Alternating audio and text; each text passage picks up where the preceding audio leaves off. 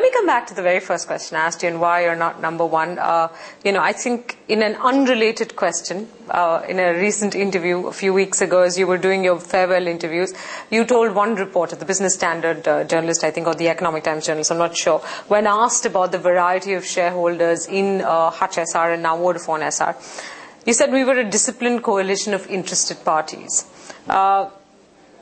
My question is not directly associated with the quote, but it arises from there.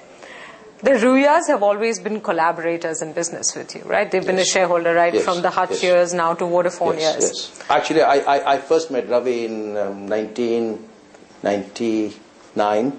Right. Pretty soon, within 7-8 months of landing in India. And much is made, somehow, I mean, the journalists, you guys need a story, so you like to talk about the differences. In fact, I tell you, to a large extent, we are kindred spirits. Mr. Kourosh, let me finish my question. My apologies. Okay, no.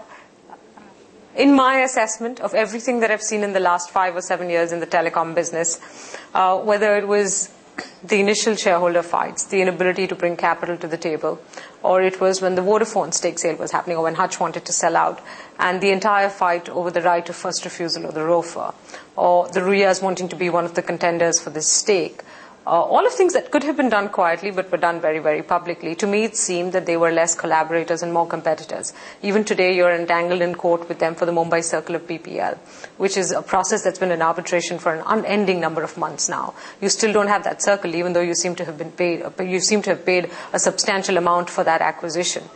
Would you agree they've been more competitors than collaborators? No, I think they have been much more collaborators than competitors. No question. I mean, but they have been competitors. I think in any joint venture, there's an element of a commonality of interest and an element of a divergence of interest. But frankly speaking, Mr. Ghosh, they've been more trouble than help. No, I wouldn't say that. Categorically not. My gosh, look at the transaction that happened. The defining... The Orascom bid. No, let me tell you. The Chinese spy bid. Come on, I can list 25 different issues where there have been public spats. The defining foundation of this company, YS number 2, was the collaboration between what was Hutchison Max in Bombay and what was the Swisscom SR collaboration, SR Telecom in Delhi. That was the defining moment. Okay? Please understand that. Okay? That is too large a foundation to be wished away, and there were several elements built on that foundation subsequently with the addition of UP, Rajasthan, Haryana, the Spatial circles recently, the BPL circles, Tamil Nadu, Kerala. So it's very easy to get obsessed with the differences and ignore the things that have gone right.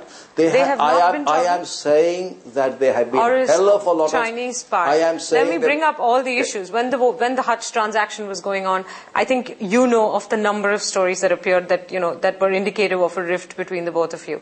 The ROFR battle, which was a legal one. The Mumbai Circle one, which I listed as an actual legal arbitration battle that's going on.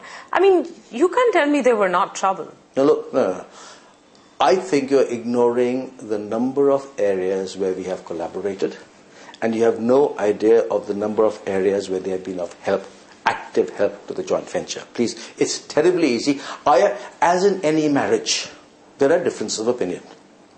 Okay? But the foundation cannot be built on the differences, or else you have a divorce, and we have not had a divorce. The foundation has to be built on the commonality, and trust me, there's a very large commonality. Canning Fox used to say this, and some of the difference you're talking of really nothing to do with the company, nothing to do with the MD. They were supposedly between Hutchison and SR. And Canning Fox used to say this repeatedly. He said, I like Ravi as a partner.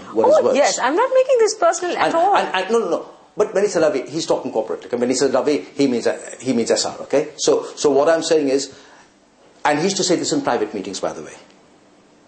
So therefore, this is not a politically correct answer that I'm giving you. So really, there is a hell of a lot of too much is made of some of these. If you had a more collaborative partner than the Ruyas, and I continue to use that word, I might not have had Delhi. You might still be number 1. I might not have had Delhi. I might not have had UP. I could have been number 17. Who knows? These circles are available. You would have been. Wow, I don't think that acquiring them was the only way to get access to these circles. Let me tell you.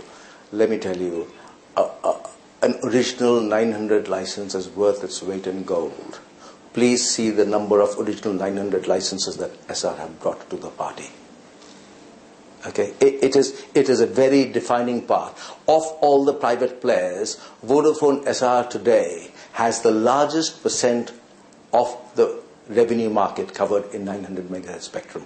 So you don't believe that... That is a very critical, irreplaceable contribution that SR have made to Vodafone SR. You don't believe that the continuous infighting or the serious amounts of infighting that has taken place, and I'm not making this up, it is I think, varieties of accounts of it are published in newspapers. Some of them may be highly exaggerated, but the fact is that there is no smoke without fire.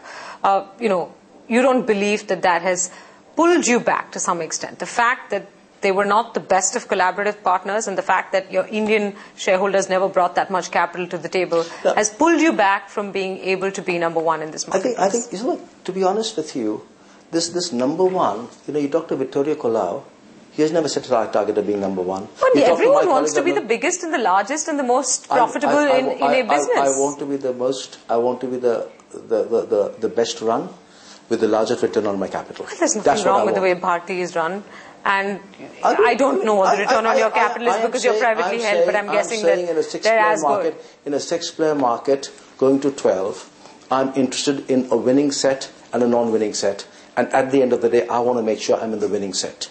Okay? And if I don't set those realistic targets, it's very easy for me to overshoot my intrinsic horsepower and have the engine strip its gears.